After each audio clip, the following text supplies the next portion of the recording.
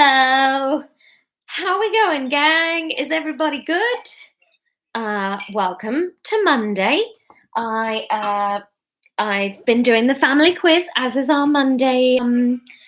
What's it called? Monday tradition. I've had wine. I've had quite a lot of wine, but it's been a stressful day. I liked Ben's decision early on, though. Let's just make this a politics-free zone. So I'm not going to talk about it. You guys can do what you like in the chat, but let's just suffice to say, fuck them all, and let's crack on. I've got my coping mechanisms.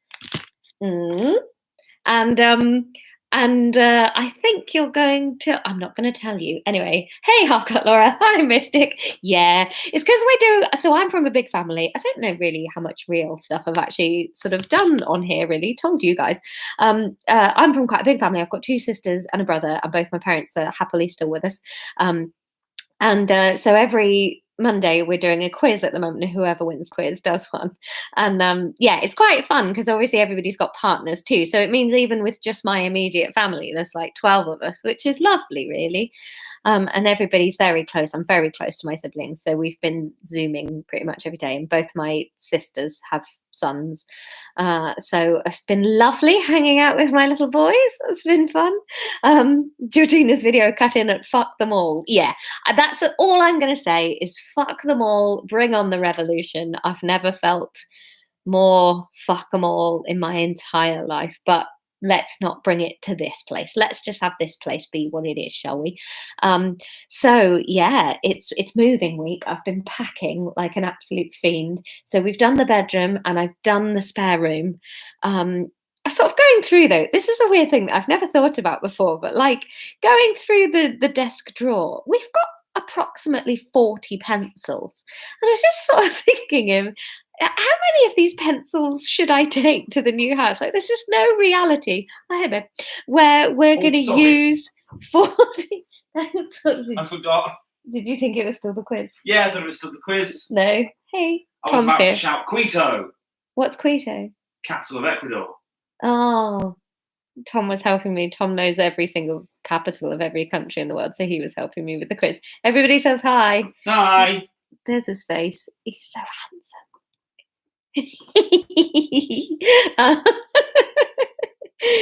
Need any more boxes, Laura?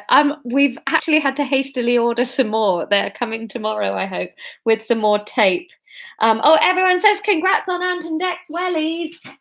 Oh yeah. It was cool, wasn't it? Like, oh my goodness, we weren't allowed to say anything. Otherwise, obviously, I'd have told you guys. We weren't allowed to say anything, and then I just could barely be in the room while it was going on. And even though I knew what was going to happen, like it got filmed months ago, so I'd known from the day. But I was just like, I can't watch. What if they've edited it to make it? I was like, and then I was on Twitter, like looking at everyone. I was like, obviously, some people are going to be dicks on Twitter, but most people are going to be lovely, and blah blah blah. I was an absolute wreck. I had to go in the kitchen for most of it, sort of listen through. But yeah, I mean, I've seen, so I don't know what this means. Oh, Dirk, so my husband, Tom, who you've met several times, is in an improv group called The Noise Next Door.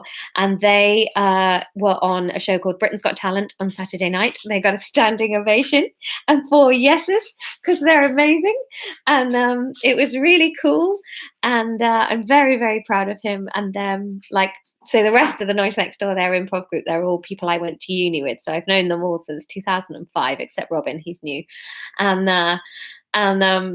I just love them. They're brilliant. And obviously married one of them. He's the best one. But yeah, so it's really cool to see them do Britain's Got Talent because the UK TV industry and the UK, like in the live comedy circuit, they're one of the best, most sought after acts.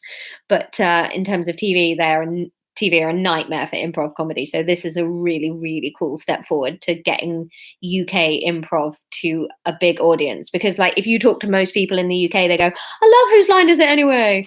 But they've never done it since. And you're like, no, people are doing it. It's just TV. Fuck it up every time. So yeah, that's what we're going on about. It was a really cool day. And now we're well into moving and packing and pencils. 40. How many pencils should I take to the new house? So we have approximately 40 pencils. And I don't think I've ever bought pencils. So these are all pencils I've stolen from somewhere. So do we take them all? Do you just throw pencils in the bin? Can you leave them out on the street? Like, I don't know. Oh, weird that Shane and Human Hairball have guessed the same number to take, 37. That's really weird. Does that mean something? Like, the great thing about Brighton is that even though the charity shops are shut and I can't like give away our stuff that we're getting rid of, like we had a big book clear out today. And the lovely thing about Brighton is I just went and put them on the street outside our house, and the mouse that's on the table, babe. And people just took them within like 4 minutes. All these books had gone. And it's so lovely thinking someone's walked past and got to take them home. Donate them to your local public library or school. That's a great idea. Maybe we should. Because anyway, right, we should do the chapter before you all get bored and wander off. I'm not going to give you any clues because I don't want to give too much away. Let's do the chapter. You can tell I'm drunk, can't you? Just wandering off. Ow, that's hurting my arm. Oh, it's been in the fridge though. It's lovely. Right. Give them to Argos, Ben. I'd have to snap them before I could do that, Ben. They'd be too long. Right, here's your chapter. Where are we up to? Chapter 36. That's good, isn't it? Is it 36 or 26? I don't know. Anyway, I'll sort that out later. Maybe it's 31. I can't do. Anyway, I'll sort out the numbers afterwards. Right, story. Right. Tuesday and Wednesday dawned, bloomed, and reset with not a word from Norman. Emma endured with increasing pangs of sadness that there was nothing from Theo either. What if it had been a one-night stand with him, she wondered, cringing inside at the thought of her text message sitting unreplied to in his inbox. Well, if it was, then it was. She tried to be cool and detached about it, but she felt stupid. Oh man, I've just remembered I meant to change my t-shirt before this because I bought this t-shirt without trying it on. And then whenever I wear it, I think, doesn't this just look like I've got loads of chest hair like creeping out of the t-shirt? And I put it on this morning because I was packing and I've just, had a gross in the house day. And then I thought to myself, change this before you do the video because also I'll point it out too. I'm sure nobody thought this when we said it, but doesn't it just look like I've got loads of body hair creeping out of the t-shirt? Damn, I meant to change this t-shirt. It's horrible, isn't it? Like, oh, hello. Oh, sorry, guys. I should have changed it, or at the very least, not pointed out. Look at this. Look at the armpit hair. Yeah, focus. Tom's clapping at me. Focus. Do your work. I know. I'm sorry.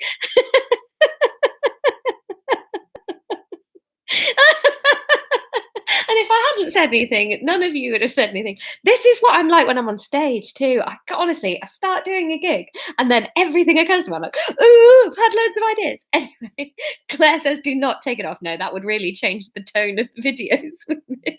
And then she started doing topless and her coffee account lit up. Right. Okay. Right, back to the story. Where did we get to? Well, if it was, then it was. She tried to be cool and detached about it, but she felt stupid. She had no problem with having had sex with him. Meaningless sex was no problem in her worldview. Sex was sex, no morals attached. What was gnawing at her was the knowledge that to her it hadn't been meaningless sex. That was the bit she couldn't get past. The feeling of stupidity that she had slept with him, believing it to be the beginning of something, when it might have been the whole. But even if it was the case, why feel stupid? Why do you have to feel stupid for having liked him and for having then taken it further? So it didn't work. Why is hope and emotion stupid? Her intrusive arguments fought for herself and for a higher self-esteem, and she struggled to answer her own questions. Unfortunately for the defensive part of herself, she kept coming up against the same backstop of infallible truth. The stupidity comes because you barely know him and you moved across the country for him without him knowing, based on watching him across the office and liking the way he smells. The memory of his scent made her stomach twist again. She thought shyly of the shirt that was now tucked in a corner of her bedroom. Of course she had sniffed it. Of course she had more than sniffed it. Of course she had buried her face in it and inhaled that sweet, sweaty, perfumey cotton scent of the expensive masculine office day. She had managed to stop herself going so far as to sleeping with it in the bed, and for that, Emma thanked herself every morning when she woke up and felt a little less pathetic. Days in the shop with Fiona had really given her a distraction as the two of them bounced around. Fiona was on a giddy high. Emma watched her carefully for signs of it cracking, but Fiona seemed to really be bouncing back well from Norman's betrayal. She was smiley, quick to laughter, and fiercely excitable about the future and herself. It was extremely contagious, and Emma found her hours in the shop passed quickly and happily.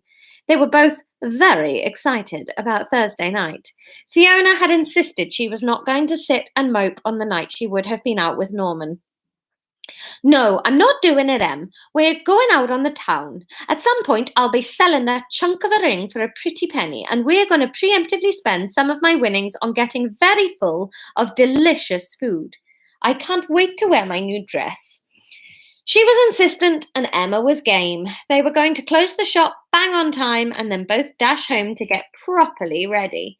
No half-hearted change of clothes and splash of makeup in the staff room. Back to their own houses to get really and truly dolled up. Quick wine sip. And while I remember Artwell, thank you very much for your offer of help with the book idea of getting this made into a readable book, a book.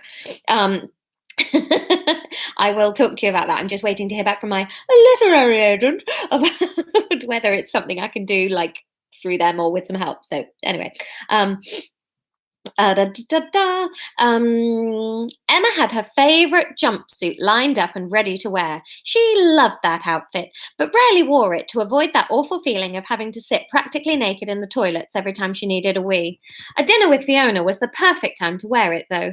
Dinner was sophisticated. They giggled their way through Thursday and both squealed with excitement as the clock ticked to 6 p.m. and they switched all the lights off immediately, locked the door from the outside and ran for buses. I'll cash up in the morning, giggled Fiona. See you in a bit. Back in her flat, Emma turned the Dolly Parton up loud and poured herself a getting ready wine. Hello, wine. I think you were talking about dusters. I have a very lovely memory of being with my mum and standing at the top of the stairs and throwing my dad's pants into cobwebs because she was mad at him about something. So we took his pants and threw them at the cobwebs to get the cobwebs down. Yeah. Anyway. Back in her flat, Emma turned the Dolly Parton up loud and poured herself a getting ready wine. The jumpsuit was laid out on the bed with heels tucked on the floor beneath it. She showered, dried her hair very carefully, and curled the ends into large, gentle waves. She enjoyed a luxurious half an hour at the mirror with her makeup. Primer, foundation, bronzer, blusher, liner, shadows, highlighter, mascara. It all went on, layering up and sculpting a new temporary face on the base face she also liked. She spritzed perfume into the air and then walked under it like she'd seen people do in films. She then also spritzed it onto her wrists and neck as the gentle mist in the hair didn't feel like enough. She carefully pulled on her outfit and added the shoes and some earrings. Beaming from ear to ear, she threw keys, phone, cash, ID, and a debit card into a ridiculously small but ridiculously pretty clutch bag and headed out the door. Jacket be damned, she thought, delighted to herself. If I get cold, I get cold. I look too good to cover up. Going downstairs in heels is never easy, and Emma wobbled a lot but maintained her dignity, reaching the front door having stayed upright. Her phone started buzzing in her bag just as she shut the door behind her. She pulled it out and clocked Fiona's name on the screen. Hey, babe, just leaving. Emma, I can't. Fiona sounded awful. Emma stopped dead. Fiona, what's happened? The sound of sniffling and little popping half sobs was unbearable. I put the dress on and I walked past the full-length mirror and I just stopped. I felt like I was playing dress up. Oh God, what are we thinking going out celebrating? I haven't got anything to celebrate. I'm a stupid old single idiot who genuinely thought having an affair with a married man was going to lead to happiness. Now it's over with him. I have to try and start again. And I thought it'd be fun to go out in the dress I was meant to be wearing with him. Oh, Fiona. Okay, well, look, we won't go out then. I'll come to you and we'll get some ice cream and we'll... Fiona cut her off. No, I can't. I just need to be on my own. Fiona, no! Emma looked around her at the empty street for inspiration and how to get through to Fiona with something helpful. No, don't be daft. I'll come over and we will just sit in silence if need be. Come on, I'm all dressed up now. No, Emma, I can't. Fiona was getting quieter and quieter on the other end of the line. You can, Fee. Look, just give me your address and I'll be round with a pizza and some wine and I'll bring pajamas and we can just sit together. I don't want you to be on your own. No, I want to be on my own. I think I'd be even sadder and stupider just having an emergency pajama party. I'm sorry, Em. I know I'm being a terrible friend, but I just need to sit and stare and think for a bit. It's really going Geordie, isn't it? What with Norman not being in this chapter, I think Fiona is channeling Norman's accent. Okay, so clearly Laura plus white wine plus Welsh equals Geordie. Hey, that's maths. Oh, Fee, no, I can't bear the thought of that. Please let me come over. Come on, give me your address. Emma felt twitchy and desperate. She was completely stuck. No, Em, I absolutely promise. I'm not going to do anything stupid, but I was trying to run before I could walk. I owe you one, okay? I'll text you later. The line went dead, and Emma stood on the pavement feeling ridiculously overdressed all of a sudden and stuck for how to help. She had a vague idea of the area Fiona lived in, but she'd never been there. Her address would be in the shop somewhere, but Emma didn't have a key. She tried to phone Fiona back, but it went straight to voicemail, so she fired off a text message begging for her address and permission to come round. Are you okay? Jack appeared behind her, making her jump. Oh, God! Oh, Jack! You made me jump. Yeah, hello! Emma ruffled Elliot's head absent-mindedly. Elliot managed not to jump at her, and Emma wondered briefly if he understood how pretty her jumpsuit was. Probably, she thought. He is a bizarrely clever dog. You okay? You look a bit lost. Jack was smiling at her. Well, a bit of Fiona drama. She broke up with Norman on Monday, and we were supposed to be going out for a celebratory dinner tonight, but she's just phoned in a bit of a state and cancelled. Emma's arms dropped helplessly at her side, drooped helplessly at her side. Oh dear, is she all right? Asked Jack. I don't think so. But I can't really help. I don't know her address, and she switched off her phone. Just at that second, Emma's phone buzzed, and she looked at a text message from Fiona. Oh, she's just texted to say, please don't worry, she just wants to be alone. Well, I guess that's it then. Emma turned to head inside.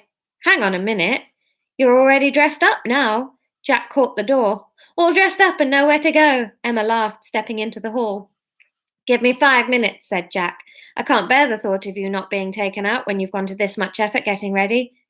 Could we go out? Emma's legs instantly started fizzing. Could they go out? Why not? Was that weird? Why would it be weird?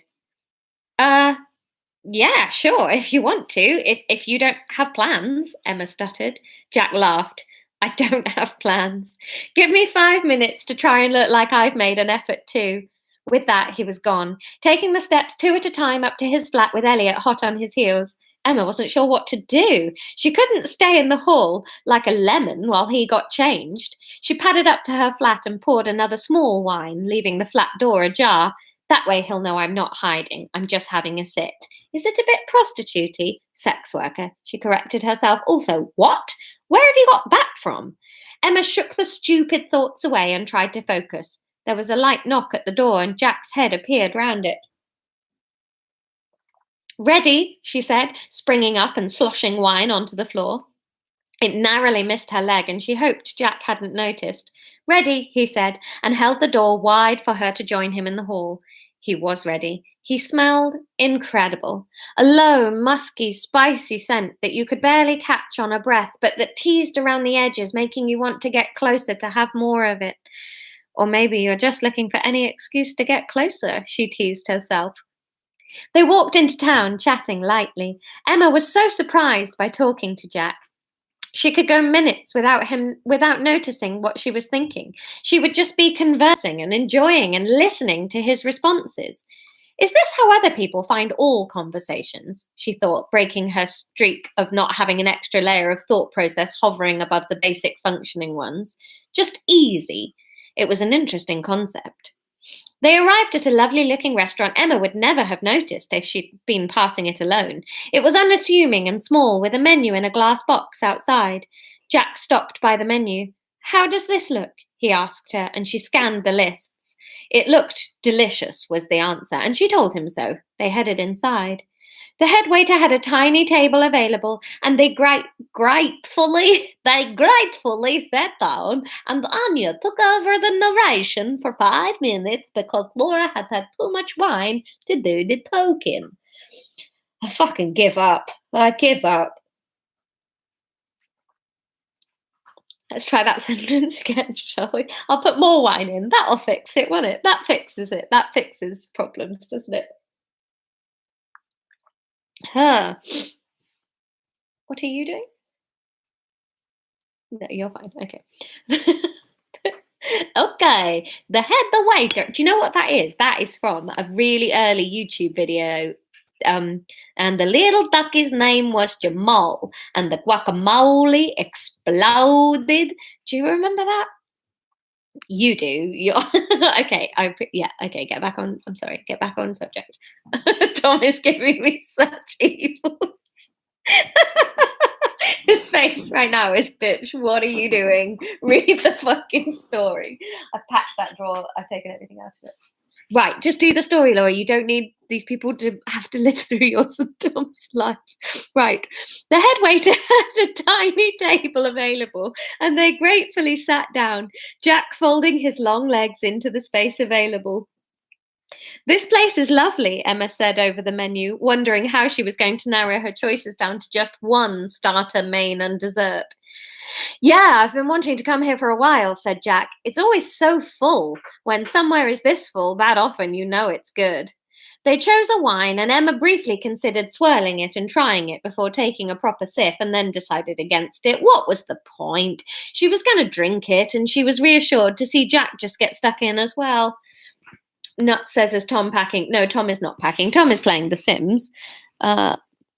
He's made the noise next door on The Sims, and he's currently doing their adventures. He was just looking in the drawer for something, and I've already packed that drawer. So, but no, he was not packing. He's meant to be packing. He's not packing. Well, thank you for rescuing me. It was looking like being a really sad night for me otherwise. Conversation felt a bit harder now they were in the formal setting of the restaurant. Emma thought it was the eye contact. Talking was so much easier without eye contact. It's absolutely my pleasure. I'm glad I got home when I did. Imagine if I'd just missed you and you were already in watching the TV. Like noticing it's raining after the washing is already soaked. Nightmare. He had such a lovely twinkle in his eye. Where were you going with Fiona? Confused me for a second repacking. Oh, Tom is packing. Now he's very cross with me. This is absolutely the last one of these I do with white wine in my system. Eye contact, right, yeah. Where were you going with Fiona? Oh, I can't remember what it was called, but it was properly fancy. She showed me about the website.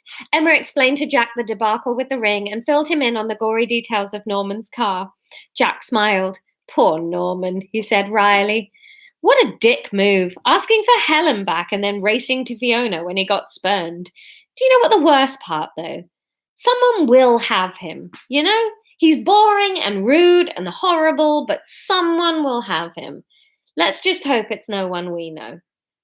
Oh no, I was going to go out with him for dinner tomorrow, Emma teased, eyes wide with mock innocence.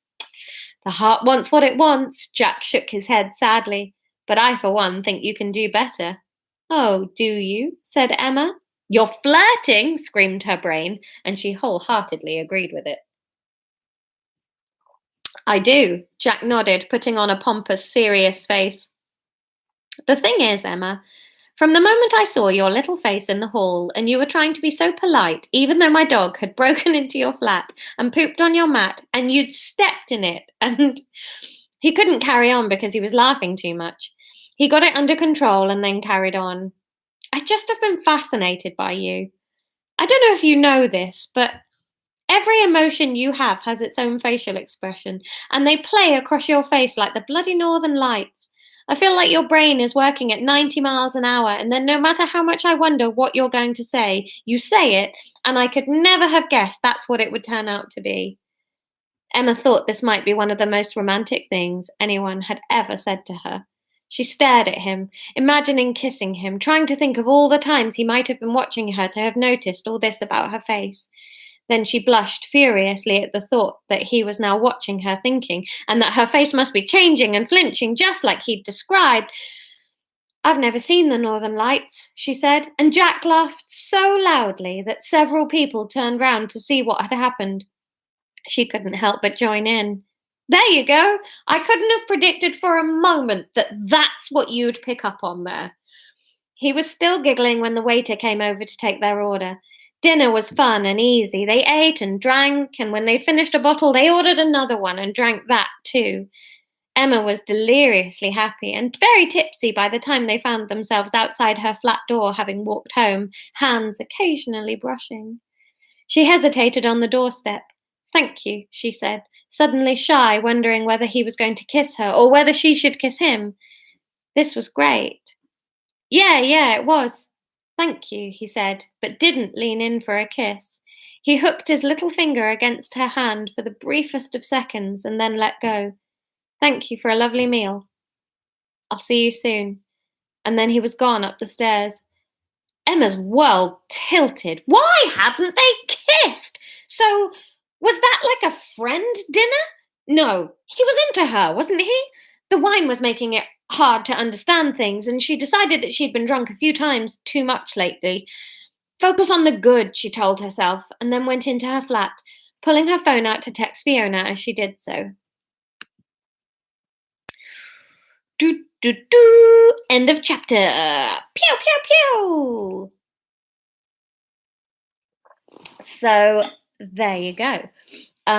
There's your chapter. You finally voted for the good thing. You finally did it. Old fashioned definitely led to Jack and a nice evening. So there you go. But he's an old fashioned guy, so he couldn't kiss her. He had to say goodnight on the doorstep. So there you go. Oh, look at his hair. Who designed this t-shirt? Surely somebody thought it through. I can't be the only person to have bought it and then thought, anyway, Laura, do it. Right. Gonna tell us where the other drinks would have gone. I could do actually. Bear with me. Let me find my list of what they were gonna be. No, I can't tell. I can tell. No, I can. I can tell you. So I can tell you. It's not going to affect today's vote at all. Bear with me. Sorry, I just need to find my list. What was it? Day 30. There it is. So the options were raspberry daiquiri. She was going to have a great time because raspberry daiquiri is my favorite cocktail. She was going to have a great night with Fiona, and it was just going to be a great night with Fiona. That's what raspberry daiquiri was going to be because that's my fave. Porn star martini. She was going to go out with Fiona for the night, and Theo was going to booty call her, and she was going to go. Espresso martini. She was going to be pumped up with energy at the end of her night with Fiona and booty call Theo. What? I hadn't decided whether or not he was going to answer. Old fashioned we've done, and pina colada was the worst one. Pina colada, she was going to go out for the night with Jack and then booty call Theo on the way home like a cheating confused hussy. What? So those were your choices. So I tried to sort of theme them around the drinks, but how you'd have guessed that, I don't know. There was no real rationale, but yeah. Raspberry daiquiri was my favourite, so that's my favourite cocktail. So that was just going to be what I would do, just have a nice night out with my friends. Porn star martini, Theo booty calls her. Espresso martini, she booty calls Theo. Old fashioned, Jack. Pina colada, she goes out with Jack, but then she calls Theo. If you like pina colada. Anyway, I should go and drink some water.